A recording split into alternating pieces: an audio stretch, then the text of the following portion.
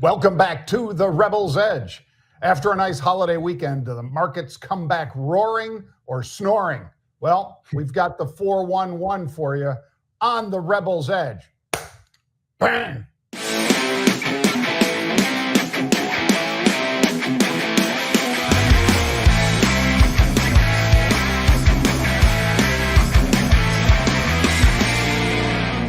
All right.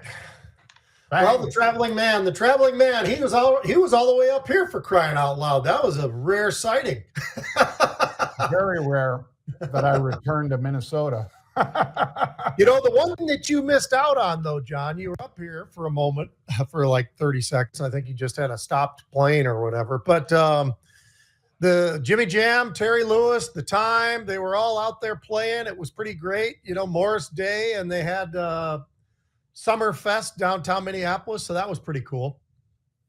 What I got to do, Pete, is I've got to send you, and you can send it to Morris Day and the group, because Terry Lewis and all those guys are friends of ours, but Pete's much closer to him. Rogan and, Jimmy Dore were talking about him. Oh, and really? Jimmy Dore was saying, I thought Morris Day was so great, I thought he might even be bigger than Prince at one point. And it's like, no, not really, but he is good. He's very entertaining and still entertaining after all these years. I mean, you know, what, Pete, nearly a decade after Prince has been buried and gone, Morris Day and the Time are still playing. Yeah. So pretty damn impressive. I'll send you a link to that. I think you'd enjoy that Joe Rogan podcast with Jimmy Dore, because the whole first 30 minutes they're talking about all kinds of strange stuff as usual. But one of the things they talk about are, a lot of the up and coming singers and entertainers. And then they drift back to, well, Prince was the best of all time. And then Jimmy Dore says, yeah, and what about Morris Day? You know, Morris Day is phenomenal, John. He's a phenomenal entertainer, though. I mean, to say that he's somewhere even in the ballpark of Prince, who there's not an instrument he couldn't play. He could sing like he did, and people loved that side of it. But the sheer ability to do everything and be a band in one person is what Prince was. So that's why I think I love Morris Day, but a different type of a guy in a tough comparison. It's like comparing a defensive tackle to a quarterback or something like that. I'm not sure you can do that. I agree. Well, so Pete, the question I asked on the intro, is it going to be a snore? And so far I'd say it is, except that they're snoring and going to sleep. That is, the Bulls are going to sleep and the Bears are sort of feasting, because the Dow has flipped all the way around from fairly positive to now negative 70 points. And the NASDAQ's, heading a little lower, not going down as fast. And the S&P 500 moving like the Dow, moving to the downside. Yeah, it's pretty interesting to watch, John. I mean, being up over 200 points and then suddenly giving all of it back to go into negative territory. But that is the markets that we are in right now. And we've seen that kind of movement time and time again in whatever direction. Could start off negative and then move to the positive. But the one thing that has been absolutely just kind of staying steady has been the ties between the S&P and the NASDAQ. It is a much closer tie these days compared to the S&P with the Dow. There's no doubt. Yep, absolutely. Even though the Dow hardly reflects industrials anymore. But Right. that is part of the name, Dow Jones Industrial Average, DJIA. But anyway, let's dive into the macro minute, Pete. Yep. And I'm going to talk about one of those big tech stocks, Google, who admits now, finally, Pete, that their carbon emissions have surged by 50%. Some of you out there are probably thinking, a lot of those big tech folks talked about cutting carbon emissions and so forth. Not so much, especially with AI, as Pete has said repeatedly on Fox. With AI being as thirsty as it is for energy, Pete, their carbon footprint is exploding and expected to double or triple over the next couple years. Yeah, and if you want to clean it up, John, you go to the area that you and I talk about all the time, which is nuclear and uranium, right? I mean, that's the direction that a lot of folks are starting to shift towards, even if it's outside the United States. And even within the United States, we're seeing some of that. My macro, real quick, John, I'll just say this. Earnings season begins, and it starts to kick off, and we're going to have Citi. We're going to have JP Morgan on Friday. We've got Goldman Sachs on Monday. We got Morgan Stanley on Tuesday. So the earnings season is just about to kick off, and I think that does change things a little bit for how the markets are going to read through to the next level. So it'll be pretty interesting. It will, and we'll have also some Fed speak, Pete. Mm-hmm. So that will also be something that we'll focus on this week. Yeah. But let's talk about fantastic futures.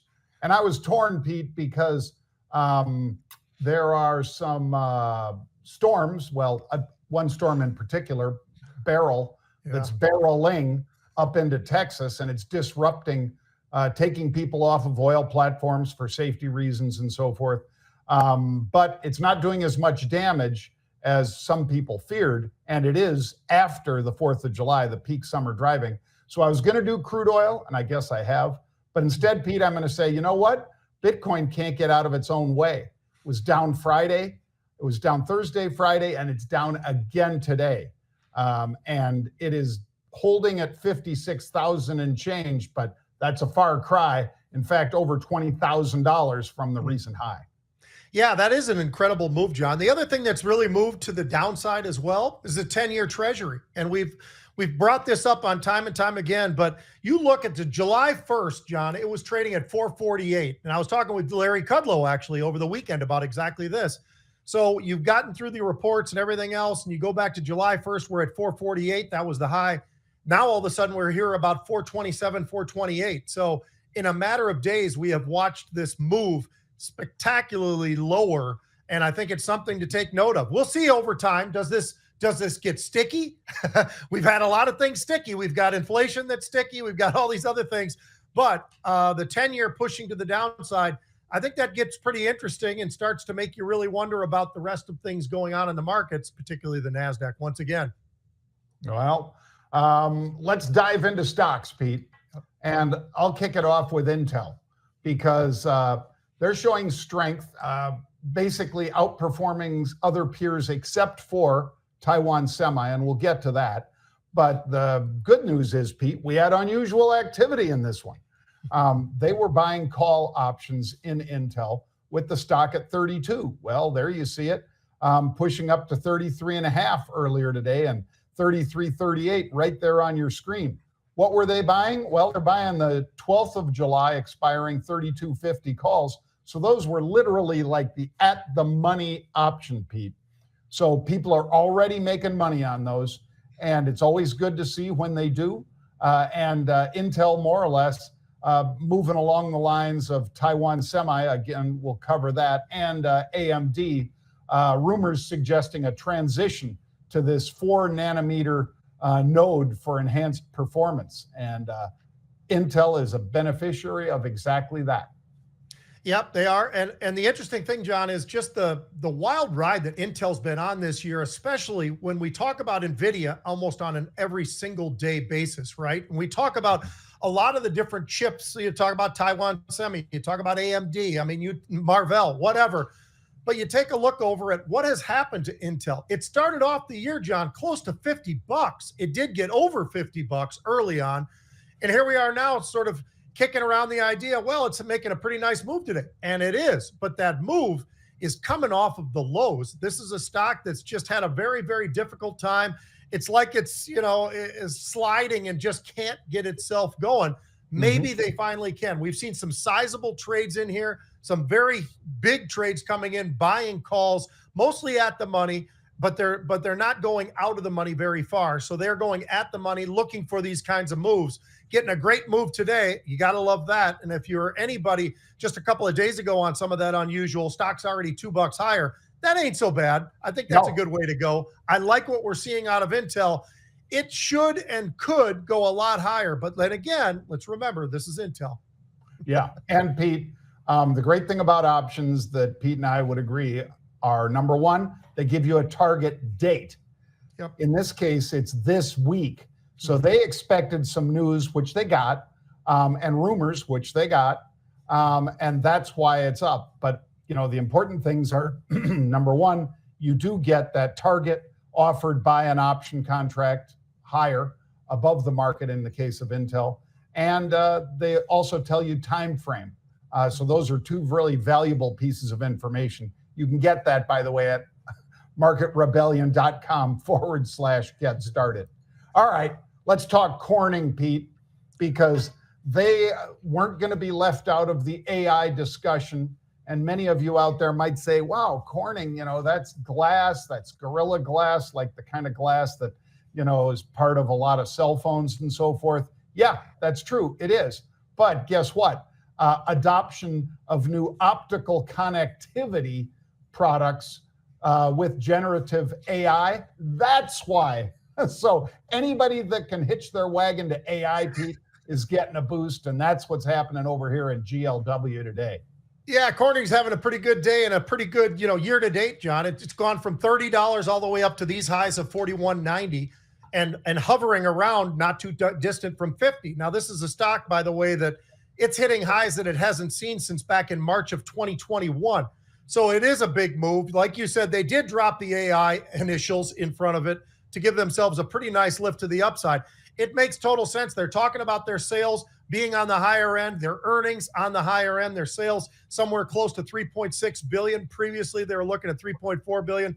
Everything seems to be moving in the right directions for them. And obviously, when you bring up AI, and you and I have talked about it since literally probably the start of this year, at least for sure, when you bring those two initials up, things seem to go in your way in a pretty quick fashion. And that's exactly what we're seeing. Nice move. And it just shows you once again, though, John, everybody talks about NVIDIA. Everybody talks about AMD. Yeah. There are so many different stocks out there. This is just another one that's had a really good year, not just a day, but starting at 30 and now you're basically close to 42. I'd say that's a pretty nice performance for Corning. Yeah. Oh, you mean there's more than 7 stocks, Pete, that are actually there might be more than 7. helping drive to the upside? Interesting. All right. Let's talk now about Taiwan Semiconductor. We've spoken about it frequently. They are, of course, the firm that assembles most of the stuff that goes into what is NVIDIA's $40,000 chip. And they rose to a record today in Taipei because that's where they're based. And that time zone, obviously different than ours, but nonetheless, it opened pretty close to the high of the day, Pete. I mean, TSM opened at 190. It closed last Friday at 185, roughly. So big jump, maybe it was 184, but big jump to the upside, moved up to 192, and now is holding on to 187. So it's $5 off the high, but that is a new all-time high for Taiwan Semi. And what's the deal here? A bunch of analysts all at the same time decided to upgrade this one and say, you know what? We really like it, especially for AI. What a shocker. So chalk that up to another name. That's not part of the 7 as far as I know. So that went up. It's at those highs, as you just said. When you look at the year to date, John, this thing started at 101 at the beginning of the year. You just said it, but we got over 192. So that shows you that's another one that's really reacted very well. I think the one that really swings the biggest bat here is probably Morgan Stanley. But as you said, analysts everywhere were lifting things up. And when you've got the ability to raise prices and you are still selling and your sales continue to rise as well as you're raising those prices, I would say Taiwan Semi is in a really good spot right now to have some great success, not just right now, but we'll probably see it get over 200 in the not too distant future. That's what I'm thinking as of right now, based upon what we're seeing and the demands that AI is looking for from everybody, from whomever it might be. It is not just an NVIDIA thing. And the read through, folks, is that these analysts are getting all hyped up because it seems that they have constraints that they can't put out as much as people want, that kind of constraint. And it had unusual option activity, Pete. What a shocker. So as you see, the top of your screen, folks, 7-8, yeah, that's today, the 8th of July. So they were buying more with the stock near the highs of the day today. They're buying the July 12th expiring 195 calls. What did they do in June? Well, the stock was $20 lower and they were buying 7,200, that's 720,000 shares that they could turn into shares, rather, they're options, but they represent 720,000 share equivalent. And that's at the July 175. I say they've done pretty well with that trade, Pete. Now that those calls went, what, $22 in the money? Now, we've rolled up because that's what we do. What is a roll up? A roll up is when somebody buys the 175 calls and you get to 175 and it keeps going and they haven't taken anything off. Well, so then we'll roll up to the 180s and that keeps going. Then we'll roll up to the 185s and so forth. That's a roll up. You take your profits off the table and you keep participating by putting another call option out there. And they did it again today. So could it go a lot higher? To Pete's point, could it go to 200? Sure could. And there's a lot of people betting on higher than 192.50 right now. But what a performance by TSM today, Pete. Yeah. All right. Let's talk for a second about a stock we never covered, to my knowledge anyway, Morphic Therapeutics. Now, MORPH, Morph, one of our guys, Pete, Ryan Mastro, loves to say morph. He's not talking about this stock, though. He's talking about morphing a position. Bill Johnson talks about morphing a position. So to morph something, to sort of make it something that it didn't start off as, well, in this case, Pete, what they have is a deal proposed by Lilly, agreed to by both boards, by the way, that is causing this stock to just rock nearly 100%. So I'd say, Pete, this immunology pipeline that Lilly wants to expand is going to expand pretty rapidly if they can do this deal, with the caveat that, yeah, these deals take 4 to 6 months to close, so it might not even close this year. But you can bet if both boards are behind it and somebody's paying nearly 100% premium, I'd say this deal's going to go through, Pete. And I'll tell you this, John, you want to talk about a stock that was very active. When you jump that high, of course you're going to be active, but it's amazing the turnover. In the first 30 minutes, it was 23 million shares. This thing averages 500,000 for the whole day. And in the first 30 minutes, 23 million. So gives you a little bit of an idea of what kind of a turnover we had and continues to be. I mean, it's absolutely incredible. This is a huge move, 79% early on. I don't know if it ever got to 100%. Maybe it did. I didn't get a chance to look. But when you're looking in the world of cancer and you're looking at autoimmune, as you pointed out, and there are some other things that they're doing as well, fibrotic diseases, that's what they're going after. It makes this thing awfully interesting. And Lilly, let me tell you, they've done a great job. You were talking about roll-ups. Well, they're doing a different type of roll-up. And they're going out there and saying, you know what? We don't have to do this. We'll just buy it now, because that's where they think that this company is, so that they can really get this out there. So I'm really excited about what they were able to do, John. The premium is a lot, but it's actually not the highest the stock has ever been. The stock's been over $60 in the last year or two, but here it is now trading about 57, or at least that's the takeout level, $3.2 billion. That sounds like a lot. That is a lot, but for what Lilly can do and what they think can come out of some of the drugs that are in here, some of the treatments that are here, it's probably cheap. It might be, Pete. And to your point, it might be the safer play, because obviously when you're betting on a biotech, folks, it's something or nothing. Can you get all the way through phase 3 trials? And to the extent that you can, then you need a distribution network to get it out there. And quite frequently, that distribution network is somebody like Johnson & Johnson, Eli Lilly, GlaxoSmithKline, whomever, somebody that's already got it out there with sales staff, people that can support it and so forth, and basically show the docs what's going on. But very good news for shareholders of Morph. Yeah, well, for sure. Pete, I know we have we had a shortened week last week, so we only got a couple of Rebel Edges in. Yeah. What do you have as far as sports? Because people are clamoring for sports.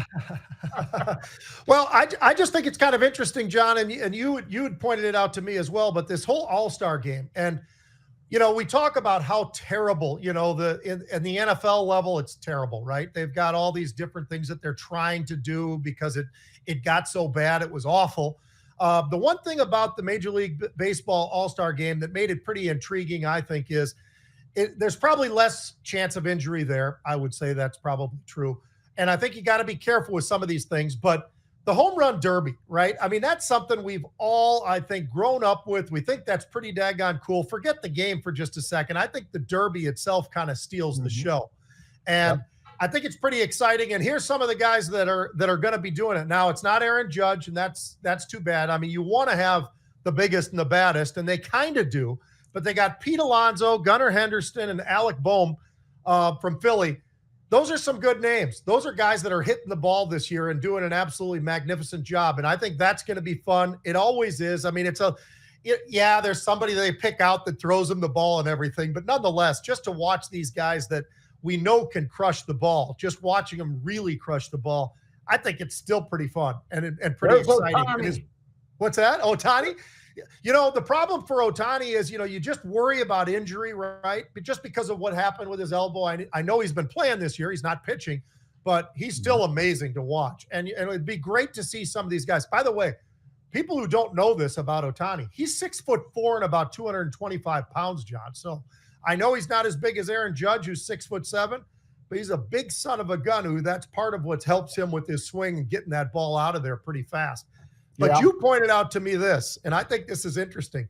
And I didn't realize Major League Baseball's kind of got into the category of Taylor Swift, but they are. So they aren't Swifties. I guess they're ballies or whatever. But $500, is that what you told me, John? The average ticket price, $571 to the All-Star Game, folks. The cheapest ticket is just under $300. And the high ticket, which I imagine includes, all you can eat hot dogs and open bar.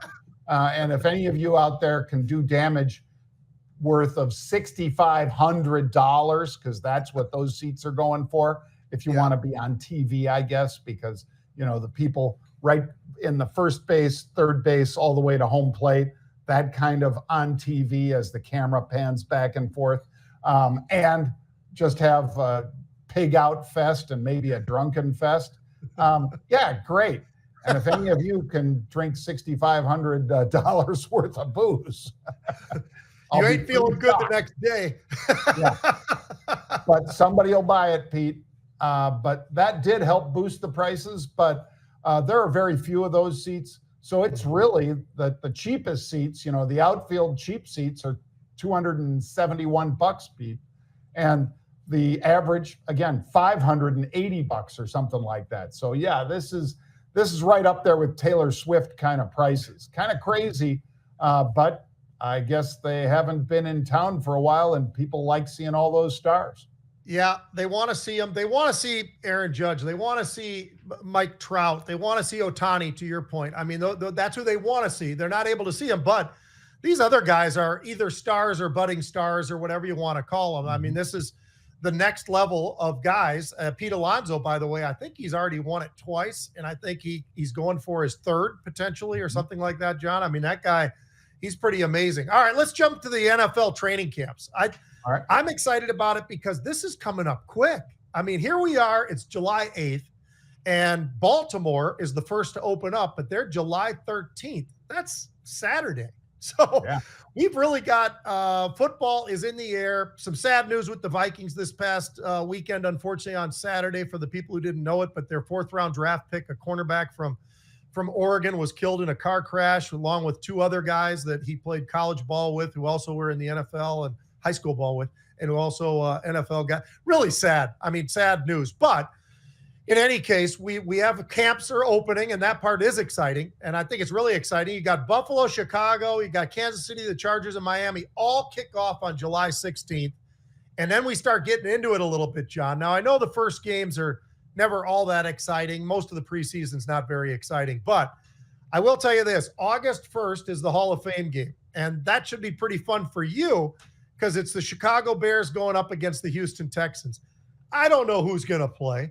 I doubt Caleb Williams is put onto the field, but it could have. I don't know. I mean, that's the difficulty of when do you put your star player or players into the game, especially quarterbacks. Do you play them early in the preseason? If you do, you better have some of those starting offensive linemen in front of them would be my idea. But it's pretty interesting, John. Here's another one that's kind of fun. So Jonathan Owens, you probably don't know that name. Maybe you do. He's a safety for the Bears. He came from Green Bay. And before that, he played 4 seasons, ironically, with Houston, the Texans, the same team they're going to be playing. He also happens to be married to Simone Biles. So they gave him the ability to go over to Paris, watch his wife compete in the Olympics. And by the way, for the people who don't know this, and I learned this over the last week because we had the tryouts for the Olympics right here in Minnesota. She is the GOAT. She is Michael Jordan of her sport. There's not one person who out there that I've heard say anybody but her name as the very best. So I think it's pretty cool that they're allowing Jonathan Owens to go out there and watch that and then come back and get into training camp. But it should be pretty exciting, John. I know that you get excited about it too. I mean, it's the heat. It's everything that goes into training camps. But the fact that they're here and now all of a sudden you're going to get all those networks that are actually there watching practices and filming and doing the commentary and all that, it's got to be pretty exciting. It gets the heart kind of going a little bit. Yeah, it's that time of year, Pete. Yeah.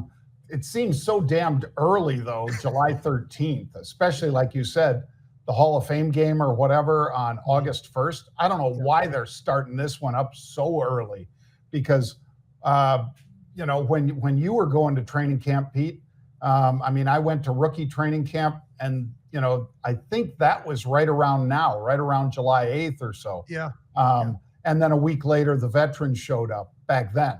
I think, I don't know, do they still do that, Pete? They still do. Well, not every team is different.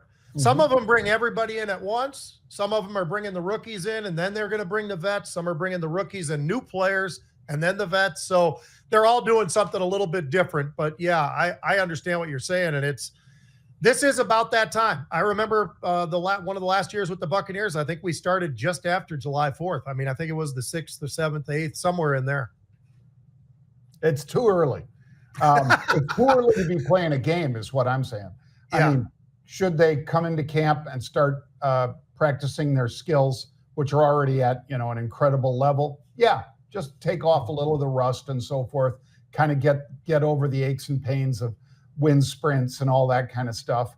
But they won't be doing much hitting. And in fact, by their contracts, folks, they cannot do hardly any hitting. And more or less, that's why the teams like Detroit look forward to the games, because since they can't hit in practice much, they're going to hit in that game. And, the coaches are going to make sure they hit in that game. So to your point, Pete, I do think Caleb will play by August 1st. I just don't think if there's another game next week, for instance, the 20th or 21st, I don't know if any of the first rounders are going to be playing in that game. But, I think, and one of the things that I think is the most important thing that's happening in the NFL that is something good is the scrimmages between each other, because at least then you get some kind of hitting. You're hitting somebody else, and it's just the competition level is risen, right, for that particular couple of practices. Usually it's 2 or 3 days. They get together with somebody they're going to play in the preseason, and it's 2 or 3 days before the preseason game. They do all the hitting, and then they got to figure out who's going to play in the preseason game, which as a fan, you show up, it's you never know who's going to be there. You have no idea, but there's probably a good chance that you're going to see at least 20 of the players in suits on the side and not playing at all. So that's part of what preseason football has become. Yeah. And folks, not to close on a sad note, but I am going to, as Pete mentioned, that player, 4th round pick, that played all over, by the way, played in a junior college, Pete, as I did, played at, I think, Bama, transferred up to Oregon. The kid's a 4th round pick.